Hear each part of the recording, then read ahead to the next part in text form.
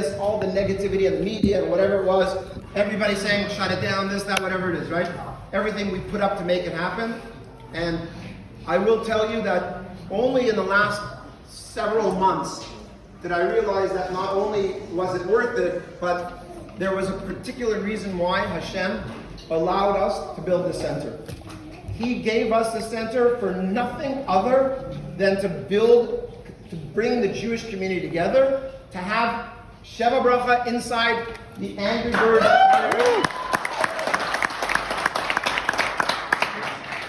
You should know that this room itself does zero business. It was meant to be a birthday party room for Angry Birds, but I don't know if we've ever actually booked one birthday party for Angry Birds. Not here, everybody wants to do the theme park. But what it has turned into is so much better. And we were going to take down that wall and convert this into a really good entertainment concept. Right? Ellie and I, my Ellie, not this Ellie, Ellie and I have been talking about that for a very, very long time. And there are many, many great concepts we can put into that without a doubt, we will make money. Make good money. But Ellie and I, as we talk, we're like, Ellie, this place has turned into much more than just a room where we can make money.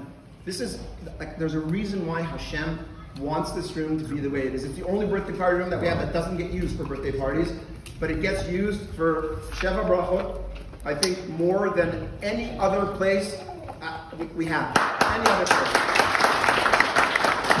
Not only that, and we don't know each other quite that well yet, okay? Not only that, but I can tell you unequivocally that the Sheva Brachos that we have done here over the last year, they have all been for Baruch Hashem, incredible people too. Incredible people. Most of them were from, we had a kollel in Edmonton. Unfortunately, things were tough, business was tough, we had to close it down. But most of those Edmonton Avrechim moved to New York and the area, and a lot of them got married when they moved over. And so Ellie and I have done five Sheva Brachos in this past year alone from Edmonton Avrechim that moved to New York.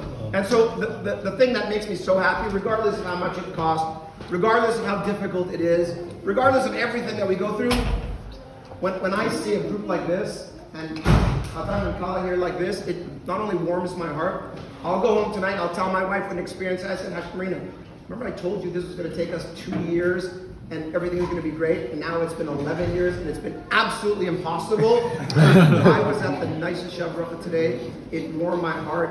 It makes me realize that no matter what, no matter how difficult, no matter how long, no matter how much money we put in, no matter how much you go in the bank, Hashem will always take care of it. Why? Because of you guys. Because of this party, because of this group, because I believe, and I tell my family all the time, my dad gets worried all the time. He says, Don, what do we do? What do we do? What this, what that? I'm like, Dad, if you for 1 second think that Hashem doesn't have every single thing under control, you're making a mistake. Respectfully, you're making a mistake. And we have seen this project. When I first started, I told everybody that we had 10,000 problems. Any one of the 10,000 problems could have derailed the project. Any one of them. This is 10 years ago. Then 9 years ago, it became 9,000, then 8,000, then 6,000.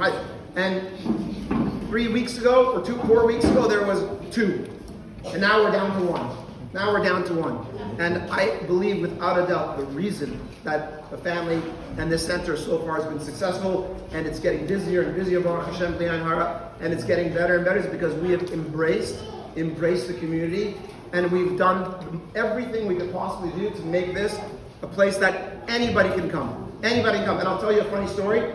There's the glass overlooking the water park, and when you go into the theme park, if you look left, you see this big glass, right? That glass cost me $2 million just for the glass. They had originally in the plans, they had glass that had the bars in between it for support.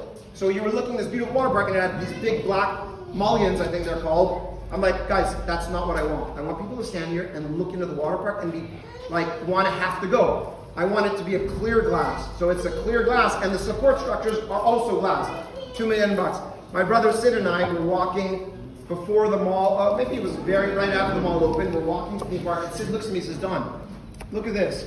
Yeah? He's like, if frum families are coming to take their kids to go to the theme park, if the kids run up to this handrail and they look in, they're going to see things they shouldn't see. I'm like, I can't believe we didn't think of that. How could we miss that? I'm like, you're 100% right. I brought my team. I'm like, guys, cover the glass. My team looked at me. They're like, are you stupid? Are you crazy? You spent this kind of money? I go, no, I'm not crazy. Do me a favor. Cover the glass all the way, 3/4 of the way up so that nobody can see inside. Inside a water park that cost us, oh my God, it cost us a lot of money. but we covered the glass. And then we went to the ice rink. And if you skate on the ice rink and if you look left, there's a glass observation area that looks into the water park on level 1, level 2, level 3, into the water park.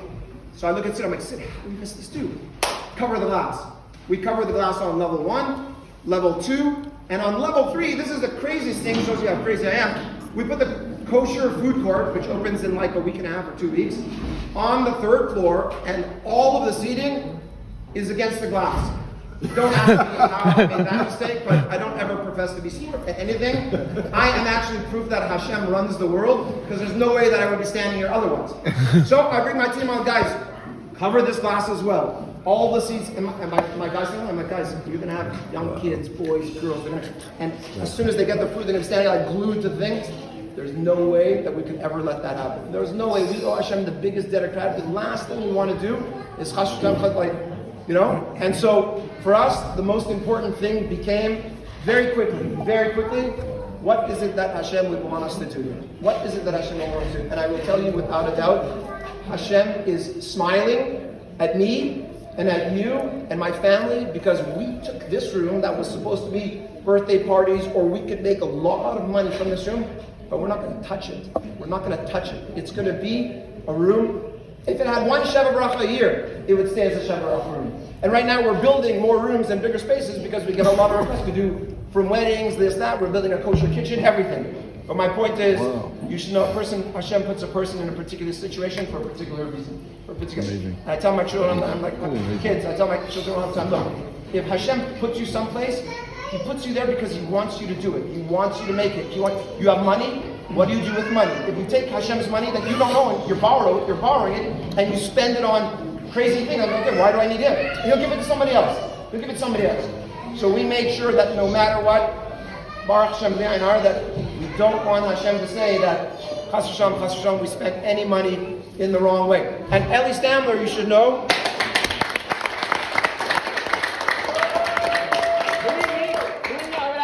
I would kiss his hand. This guy comes to my office. You want to comment on this person?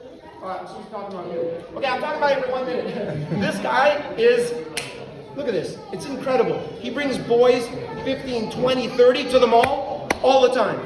And this is funny too. I'll stop talking now. I'm rambling on. But when he comes to my office, I'm like, Eli, you better know one thing. When you come to my office, I don't care who's in my office. I don't care if the President of the United States, I want you to come in, you open the door, and you come right in, it doesn't matter. And Eli, have you done that? All the time. He does it never. He does it all the time. He brings the boys, they sit down, they listen to the meeting, this, that. I'm on the phone, I tell everybody come in. I throw everybody else out because of the chesed and kindness and what Eli does. I give you his life.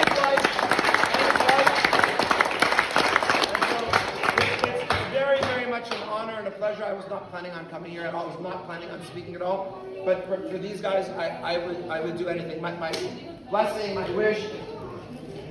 You didn't drink all of that coffee. My blessing, my wish to you guys both: health, happiness, prosperity, good children, long life, and happiness and health. More important than anything.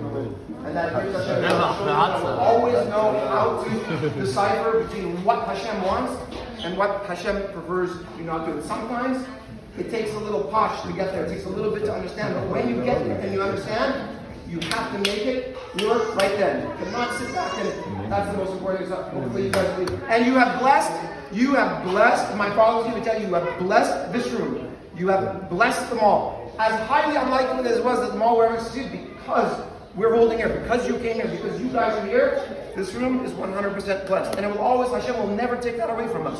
Never take that away from us.